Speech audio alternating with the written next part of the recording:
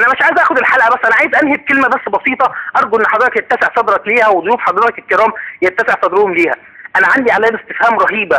حضرتك الاستاذ خالد صلاح مقدم حلقه في قناه النهار العريقه اللي الناس كلها بتشوفها في يوم 25 يناير جايب فيها رمزين من رموز النظام السابق. حضرتك عايز تروج لنا ان الاستاذ الفاضل الدكتور مصطفى الفقي والاستاذ عادل حموده هو الدكتور مصطفى الفقي بقى من رموز النظام. عايز ارد عليه بقى من دلوقتي من رموز النظام. انا عايز اعلمك لان انت شاب صغير وليس لديك خبره في شيء على ما يبدو.